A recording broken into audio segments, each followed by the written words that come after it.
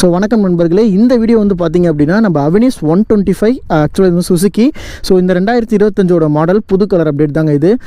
இந்த வண்டியோடைய riding comfort எந்த அளவுக்கு இருக்குது, ஏன்னா இது வந்து பார்த்திங்கன்னா நம்ம ஆக்சஸ் 125 அதே மாதிரி பர்க்மன் 125 இது ரெண்டுக்குமே நடுவில் இருக்கக்கூடிய ஒரு மிட் ரேஞ்ச் ஸ்கூட்டர்னே சொல்லலாம்.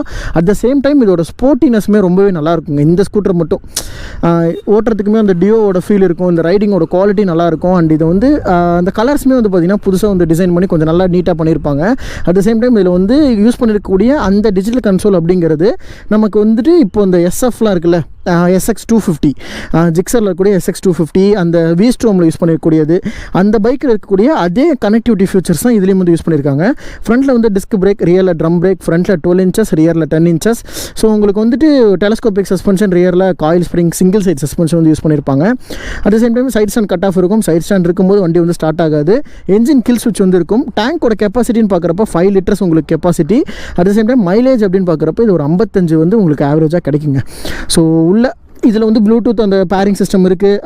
தென் வந்து கனெக்டிவிட்டி ஃபியூச்சர்ஸாக உங்களுக்கு வந்துட்டு பார்த்திங்கன்னா USB சார்ஜிங் போர்ட் வந்து கொடுத்துருக்காங்க. இது எல்லாமே இதோடைய ஒரு எக்ஸ்ட்ரா ஃபியூச்சர்ஸாக வந்து இருக்குது. ஸோ ஸ்டார்ட் பண்ணி மூவ் பண்ணிவிடுவோம். ஸோ ஓகே, பழைய மெத்தட் தான். பேட்ரி கொஞ்சம் கம்மியாக இருக்குது போல். கிக்கர் அடிச்சிருவோம். ஆனால் இந்த சுசுகி பைக்ஸ் எல்லாமே ஒரு சிங்கிள் ஸ்டார்ட்டில் வந்து ஸ்டார்ட் ஆகிடுங்க ஆக்சுவலாக முன்னாடி. ஏன்னா அவ்வளோதான், மற்ற பிராண்ட்ஸை விட இந்த ஸ்கூட்டர்ஸ் வந்து பார்த்திங்கன்னா சிங்கிள் ஸ்டார்ட். ஏன்னா அதோட என்ஜின் அந்தளவுக்கு நல்லாயிருக்கும். ஓகே, ஸ்டார்ட் பண்ணிவிடுவோம். போகலாம்.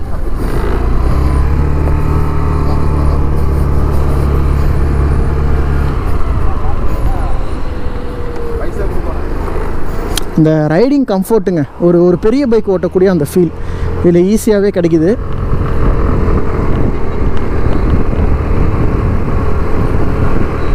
ரோட் அப்படியே கிராஸ் பண்ணி அந்த சைடாக போயிடுவோம்.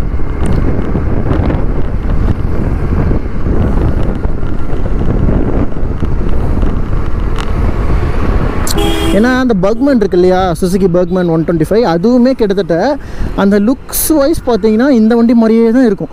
ஆனால் அது கொஞ்சம் இன்னும் பல்ஜான ஒரு பெரிய ஸ்கூட்ரு. பட் ஆக்சஸ் 125 வந்து பார்த்திங்கன்னா கொஞ்சம் சின்னதாக இருக்கும். இதை மாதிரி இதோட அந்த ஃப்ரண்ட்டோட லுக்கு, அந்த ஓட்டுற அந்த ஃபீல் எல்லாமே வந்து பார்த்திங்கன்னா உங்களுக்கு பர்க்மன் ஓட்டுற அந்த ஃபீல் வந்து கிடைக்கும்.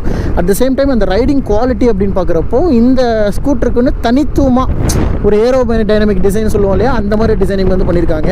அண்ட் முன்னாடி இருக்கக்கூடிய அந்த ஃபிட் அண்ட் ஃபினிஷிங், பிளாஸ்டிக்கோட குவாலிட்டி எல்லாமே நல்லா தரமாக இருக்குது. எஸ், இதோட ப்ரைஸ் ரேஞ்ச் ஒரு 1.25 லட்ச ரூபா வருது இல்லையா, கண்டிப்பாக இருக்க தான் செய்யும். அண்ட் ரைட் கனெக்டிவியோட பேசிக் ஃபீச்சர்ஸ் இருக்குது. எல்லா மாடலுமே இதில் வந்து ப்ளூடூத் கனெக்டிவிட்டியோடு வருங்க. அண்ட் இதில் யூஸ் பண்ணியிருக்கக்கூடிய இந்த கனெக்டிவிட்டி ஃபீச்சர்ஸ் தான் நமக்கு வந்து V-Storm 250 அண்ட் ஜிக்ஸர் 250 இருக்கக்கூடியது எல்லாமே சேம் தான். ஒரு ப்ரீமியம் ஸ்கூட்டர்ஸில் இருக்கிறதும் ஒரு ப்ரீமியம் பைக்கில் யூஸ் பண்ணியிருக்கிறதும் எல்லாமே ஒரே கன்சோல். ஸோ இதனாலே நீங்கள் வந்து இப்போ ரீசெண்டாக பார்த்துருக்கலாம், ஆக்டிவாவோட 125 வந்து TFT யூஸ் பண்ணியிருப்பாங்க. அதே TFT தான் வந்து பார்த்திங்கன்னா நமக்கு SP 125லையும் வருது. ஒரே ஒரு டிசைன், ஒரே கன்சோல் டிசைன். அந்த டிசைனை ஓரளவுக்கு நீட்டடாக பண்ணியிருக்காங்க. நல்லாவும் இருக்குது பார்க்குறப்போ.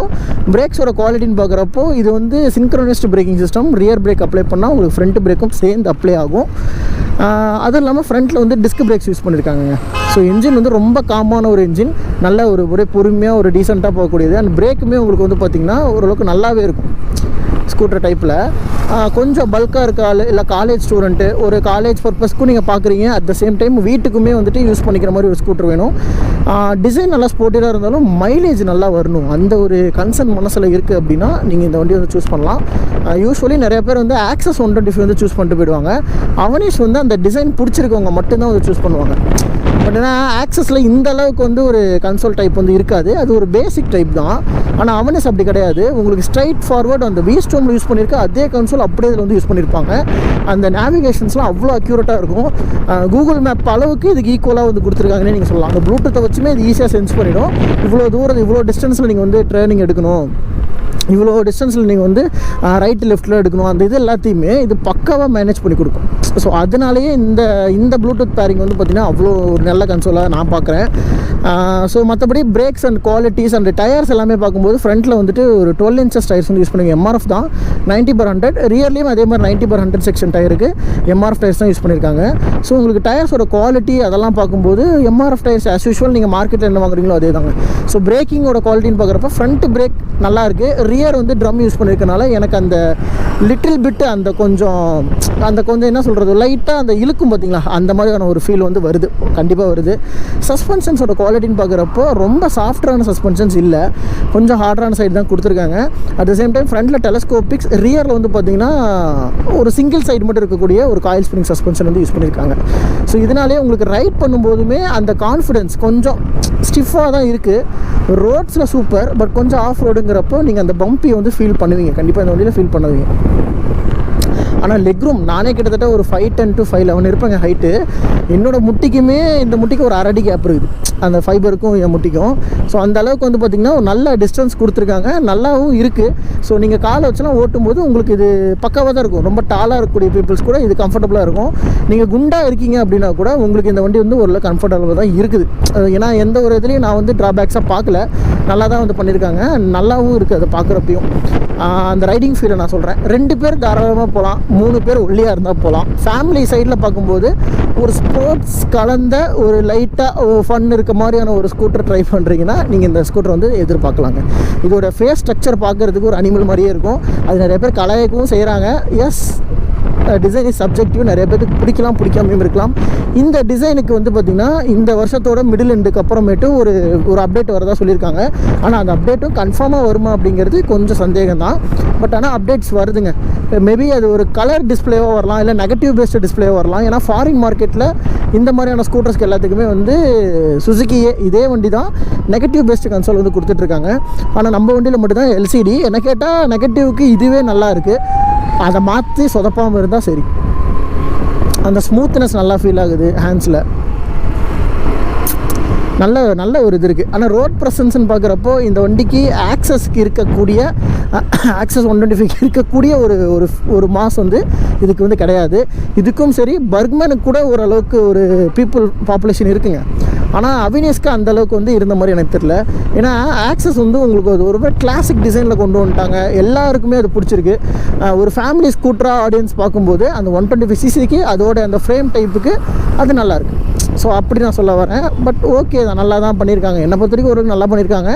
ஸோ டீசெண்டாக இருக்குது. இந்த அவினேஸோட டிசைனை பற்றி நீங்கள் என்ன நினைக்கிறீங்க அப்படின்ட்டு கமெண்ட் பண்ணுங்கள். ஏன்னா இந்த டிசைன் அப்படிங்கிறது ஒரு சப்ஜெக்டிவான மேட்டர் தான்.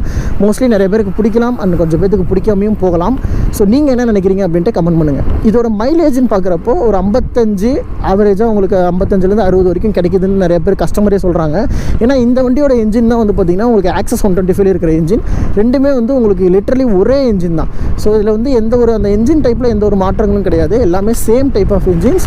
ஸோ உங்களுக்கு அதனாலேயே ஒரு ஆடட் அட்வான்டேஜ் தான் இதில், பர்க்மனில் அண்ட் எல்லாத்துலேயுமே ஒரே என்ஜின்ஸுங்கிறதுனால நல்லாயிருக்கும். நீங்கள் அந்த ஓட்டுற ஃபீல் அப்படிங்கிறது கொஞ்சம் நல்லா இருக்குது. ஒரு ஸ்கூட்டர் டைப்பில் நீங்கள் எதிர்பார்க்கும்போது உங்களுக்கு இந்த வண்டிங்கிறது ஒரு கம்ஃபர்டபுளாக உங்களோட அந்த எதிர்பார்ப்புகளை பூர்த்தி பண்ணுது அந்த என்ஜின் சைட்லேருந்து பார்க்கும்போது. பட் இந்த டிசைன் நீங்கள் தான் சொல்லணும், டிசைன் எப்படி இருக்குது அண்ட் இந்த டிசைன் உங்களுக்கு பிடிச்சிருக்கா அப்படிங்கிறதையும் நீங்கள் சொல்லுங்கள். ஆனால் என்னை பொறுத்த வரைக்கும் நான் ஒரு 50% தான் சொல்லுவேன். ஏன்னா எனக்கு ஆக்சஸ் நல்லா இருக்குது, ஆனால் இந்த அவனீஸ் பர்க்மன் நல்லா இருக்குது. அவனீஸுங்கிறது கொஞ்சம் அதுக்கு மிடில் இருக்க மாதிரி நான் வந்து பார்க்குறேன். நீங்கள் எப்படி அதை வந்து பார்க்குறீங்க அப்படிங்கிறத கமெண்ட் பண்ணுங்கள். ஸோ இதோட இந்த வீடியோ நான் வந்து என் பண்ணிக்கிறேன். இதோட ப்ரைஸ் ரேஞ்ச் அப்படின்னு பார்க்குறப்போ உங்களுக்கு அப்ராக்சிமேட்லி இன்றைக்கி ஆன் ரோட் ப்ரைஸ் வந்து பார்த்திங்கன்னா ஒரு 1.25 லட்ச ரூபா அந்த செக்மெண்ட்டில் தான் வருது. Most of the 125cc scooters எல்லாமே நமக்கு இந்த ப்ரைஸ் ரேஞ்சுக்கு அவங்க வந்துட்டாங்க. ஸோ இதனாலேயே நம்ம வந்து என்ன சொல்கிறது, நம்ம வந்து அதை எக்ஸாக்டாக தனியாக வந்து பார்க்க முடியாது இல்லைங்களா. உங்களுக்கு ஓரளவுக்கு வந்துட்டு எல்லாமே இதை காம்படிட்டர்ஸ் நீங்கள் டியோ எடுத்துக்கிட்டாலும் சரி, இல்லை வந்துட்டு ஃபெசினோ இல்லை ரே எது எடுத்துக்கிட்டாலும் உங்களுக்கு இந்த ப்ரைஸில் தான் வருது. அப்படி பார்க்கும்போது அதில் இது எந்த அளவுக்கு இருக்குது அப்படிங்கிறது தான். இப்போ இவங்களோட காம்படிட்டர் வேறு டிஎஃப்டி டிஸ்பிளே வந்து இறக்கியிருக்காங்க, இவங்க என்ன பண்ணுவாங்க அப்படிங்கிறது தெரியல. பட் இப்போ வரைக்குமே ஒரு ப்ளூடூத்தோட ஃபங்க்ஷன் ஆகக்கூடிய ஒரு நல்ல டிஸ்பிளே வந்து கொடுத்துட்ருக்காங்க, நல்லாயிருக்கு. ஸோ இவ்வளோ தாங்க என்னோட ஒரு பாயிண்ட் ஆஃப் வியூ இந்த வண்டியை பற்றி. அண்ட் நீங்கள் உங்களோட பாயிண்ட் ஆஃப் வியூ இந்த வண்டியோட டிசைன் நல்லா இருக்கா, சுசுக்கி இதை இன்னுமே பெட்டராக பண்ணியிருந்தால் நல்லா இருந்திருக்குமா அப்படிங்கிறத மட்டும் நீங்கள் கமெண்ட் பண்ணுங்கள். ஸோ இதே மாதிரி இன்னும் நம்ம சேனலில் தொடர்ந்து நிறைய வீடியோஸ் வந்துட்டுருக்கோம். ஸோ நம்ம சேனலை பொறுத்த வரைக்கும் சப்ஸ்கிரைப் பண்ணி சப்போர்ட் பண்ணுங்கள். ஏன்னா அப்படி தான் இந்த மாதிரி நிறைய வீடியோஸ் எடுக்கிறதுக்கு நமக்கு ஒரு நல்ல மோட்டிவேஷனாக இருக்கும் நண்பா. ஸோ இதோ நான் இந்த வீடியோ வந்து என் பண்ணிக்கிறேன். ஸோ இன்னொரு அட்டகாசமான ஒரு சூப்பரான வீடியோவோடு நான் வந்து உங்களை மீட் பண்ணுறேன். ஸோ தேங்க்ஸ் ஃபார் வாட்சிங் மீடியா நண்பா. இதே மாதிரி நம்ம சேனல் தொடர்ந்து நிறைய வீடியோஸ் வந்து அப்டேட் பண்ணிகிட்டே இருப்போம். ஸோ நம்ம சேனலில் டச்லேயே இருங்க. உங்களுக்கு வீடியோஸ்லாம் பிடிச்சதா உங்கள் ஃப்ரெண்ட்ஸ்லாம் வந்து ஷேர் பண்ணி விடுங்க. ஸோ இதோட நான் வந்து என் பண்ணிக்கிறேன். ஸோ நம்ம எடுத்துருக்கிறது பார்த்தீங்கன்னா பீக் சுசுக்கி ஈரோடு. ஸோ உங்களுக்கு இதை டீட்டெயில்ஸ் வந்து கான்டாக்ட் டீட்டெயில்ஸ் கீழே ஆட் பண்ணியிருக்கேன். ஸோ எதாவது என்கொயரிஸ்னால் நீங்கள் செக் பண்ணிக்கலாம். ஓகே நண்பா, இதோடு நான் வந்து இந்த வீடியோ எண்ட் பண்ணிக்கிறேன். ஸோ தேங்க்ஸ் ஃபார் வாட்சிங் நண்பா. Take care and bye.